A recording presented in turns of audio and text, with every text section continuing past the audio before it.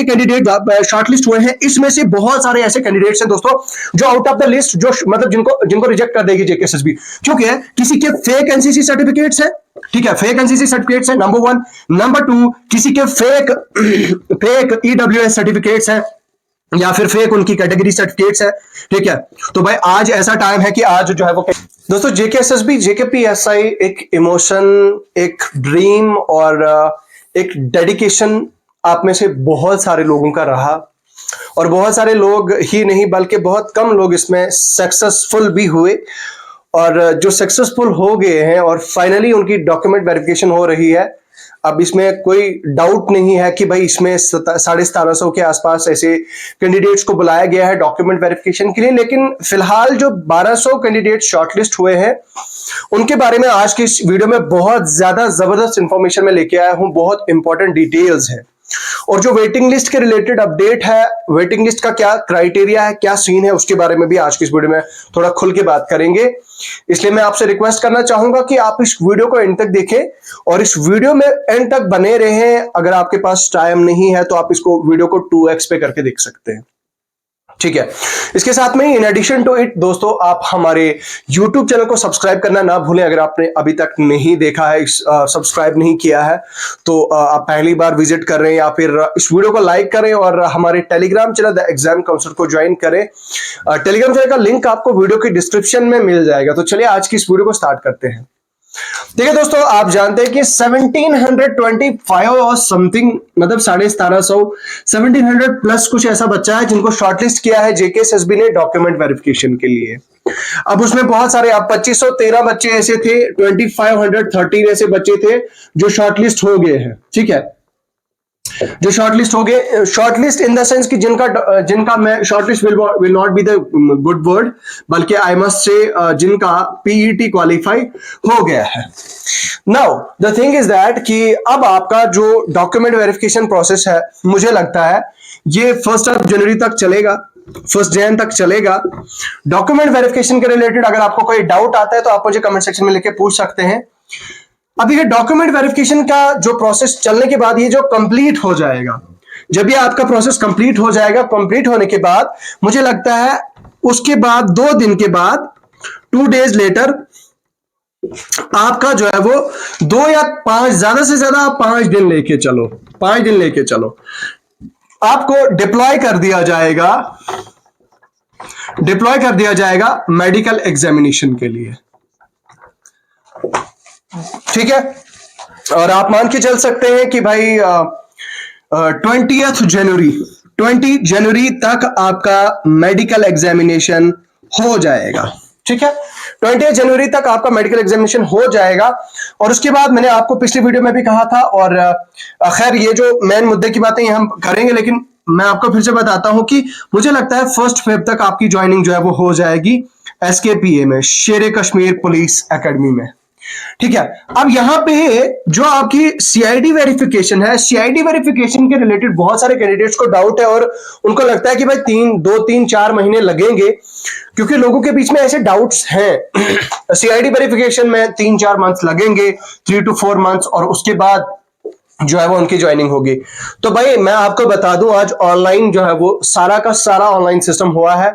अब क्योंकि हम भी जो है वो आज के ही रिक्रूटेड है, अब हम भी आज की जो प्रोसेस है, आज का सारा ऑनलाइन वाला प्रोसेस, उस प्रोसेस के थ्रू रिक्रूट हुए हैं जेकेएसएसबी के थ्रू। तो हम इस चीज से काफी ज्यादा अच्छे से वाकिफ है और इसलिए आपको ये चीजें बता रहे हैं।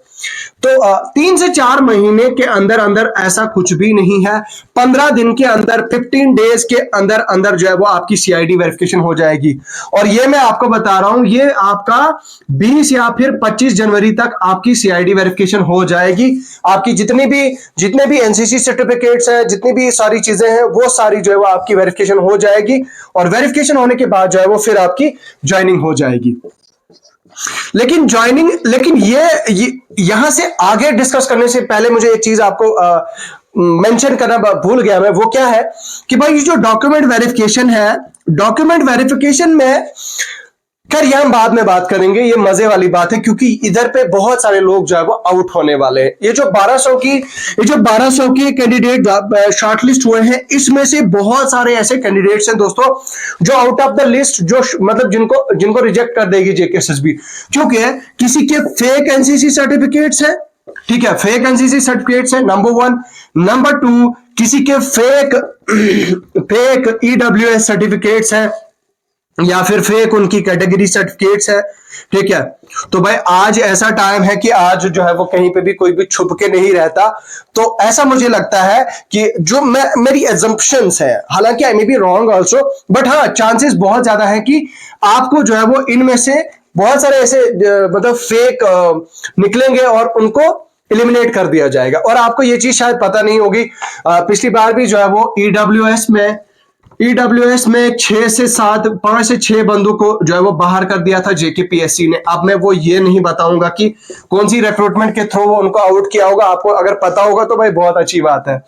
तो भाई ईडब्ल्यूएस कैटेगरी में जो है वो उनको शॉर्टलिस्ट आउट कर दिया था क्योंकि उनकी वेरिफिकेशन हुई थी और वो जेन्युइन केसेस नहीं थे, इसलिए उनको आउट कर दिया था। अब यहाँ पे बहुत सारे लोग, उनको पता भी है कि भाई अगर जेकेएसएसबी ने देख लिया और पाया कि भाई ये बंदा जो है वो इसका जो ईडब्ल्यूएस है जेन्युइन नहीं है। देखिए वैलिड या इनवैलिड होने का मीनिंग अलग है। हो सकता है, देखिए आपका आरबीए हो सकता है, आपका पीएसपी कैटेगरी हो सकती है, तो आपका जो सर्टिफिकेट है, कैटेगरी सर्टिफिकेट है, हो सकता है उसकी एक्सपायरी जो है वो खत्म हो गई हो। जैसे ईडब्ल्यूएस की बात करते हैं, मान लीजिए जिस दिन आपने 2021 में जेकेपीएसआई का फॉर्म भरा था, फॉर्म भरते टाइम आपका ईडब्ल्यूएस सर्टिफिकेट जो है वो वैलिड था, लेकिन उसके बाद एक्सपायर हो गया, फिर आपने रिन्यू कराया, फिर जो है वो उसके बाद फिर एक्सपायर हो गया 2023 में। अब अभी आपने रिन्यू नहीं कराया तो आपको घबराने की जरूरत नहीं है, आपको परेशान होने की जरूरत नहीं है, क्योंकि आपका रिन्यू हो जाएगा। आपका मतलब एक्सपायर हुआ था तो रिन्यू आपका हो ही जाएगा, ठीक है। लेकिन मैं उनकी बात करूं जिन्होंने फेक बनाया है, जिनके बड़े बड़े महल हैं, और आप जानते हैं भाई ईडब्ल्यूएस कैटेगरी के काफी स्ट्रिक्ट रूल गवर्नमेंट ने रखे हैं। ईडब्ल्यूएस जो सर्टिफिकेट है उसके लिए बहुत ही ज्यादा स्ट्रिक्ट रूल है, और अगर कोई ऐसा बंदा पाया गया जिसकी 5, 6, 8, 10, 6, 7 मंजिला घर है, जिसके पास गाड़ियां हैं बहुत ज्यादा है, जिसकी इनकम 10 लाख से ऊपर है, तो भाई वैसे लोग जो है वो, वैसे लोगों की यहाँ पे छुट्टी होने वाली है, वैसे लोग जो है वो यहाँ से आउट होने वाले हैं। रही फिर बात आपकी दोस्तों जो आपका मेडिकल एग्जामिनेशन है, मेडिकल एग्जामिनेशन में मुझे नहीं लगता है कि शायद कोई आउट हो सकता है, ठीक है। मे बी आप 100 में से, मतलब 1200 में से 40 एक मान लो, 40 भी मुझे लगता है बहुत ज्यादा होगा जिनका मेडिकल एग्जामिनेशन में जिनको आउट कर दिया जाएगा, ठीक है। तो बट ये होना भी बहुत ना के बराबर है, बहुत कम है, ठीक है, बहुत कम चांसेस है इसके। उसके बाद ये बात करते हैं कैटेगरी वाइज, आपकी कैटेगरी एक्सपायर हो जाएगी, चांसेस बहुत ज्यादा है, ठीक है। सॉरी, आप बहुत सारे लोगों को, मैं फ्लो में बहुत कुछ बोल रहा हूं, माफ कीजिए। बहुत सारे लोग जो है जिनके फेक होंगे उनको जो है पकड़ा जाएगा और उनको 1200 में से एलिमिनेट कर दिया जाएगा, मतलब आउट होंगे, they will be sadly out of the list. Now coming to the point, जो आपका सबसे बड़ा मुद्दा है, सैलरी डिटेल्स। सैलरी डिटेल्स भाई क्या होंगी? देखिए जो सैलरी है आपकी, सैलरी देखिए जैसे आपकी ज्वाइनिंग हो जाती है एकेडमी में जो आपका ट्रेनिंग पीरियड है दोस्तों वो 9 मंथ्स का चलेगा, ठीक है। आपका जो ट्रेनिंग पीरियड है वो 9 मंथ्स का चलेगा। 9 मंथ से लेकर 1 ईयर तक आप लेके चल सकते हो, ठीक है। 1 साल तो लग ही जाता है भाई, और 1 साल के बाद होती है फिर आपकी पासिंग आउट परेड, ठीक है। क्या होती है? Passing out parade. और पासिंग आउट परेड भाई देखने में तो मुझे काफी ज्यादा, लिटरली मैं काफी ज्यादा इमोशनल होता हूं जब भी मैं इंडियन मिलिट्री एकेडमी की पासिंग आउट परेड देखता हूं, ऑफिसर्स ट्रेनिंग एकेडमी ओटीए की पासिंग आउट परेड देखता हूं, या फिर एयरफोर्स एकेडमी की पासिंग आउट परेड देखता हूं, तो लिटरली मैं बहुत ज्यादा जो है वो इमोशनल हो जाता हूं, ठीक है।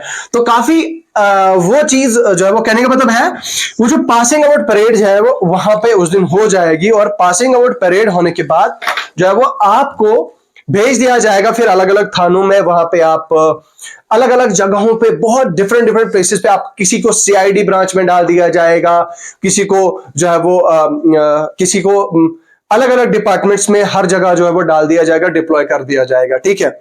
और उसके बाद क्या होगा कि जब ये आपका चलेगा, और उसके बाद बहुत सारे लोग ऐसे हैं जिनको थानों में डाल दिया जाएगा, जो थानेदार बनेंगे, जिनको क्या करेंगे, जो थानों में डाल देंगे, वो वहां पे काम करेंगे। उसके बाद कई सारे ऐसे होंगे जो चौकी अफसर बनेंगे।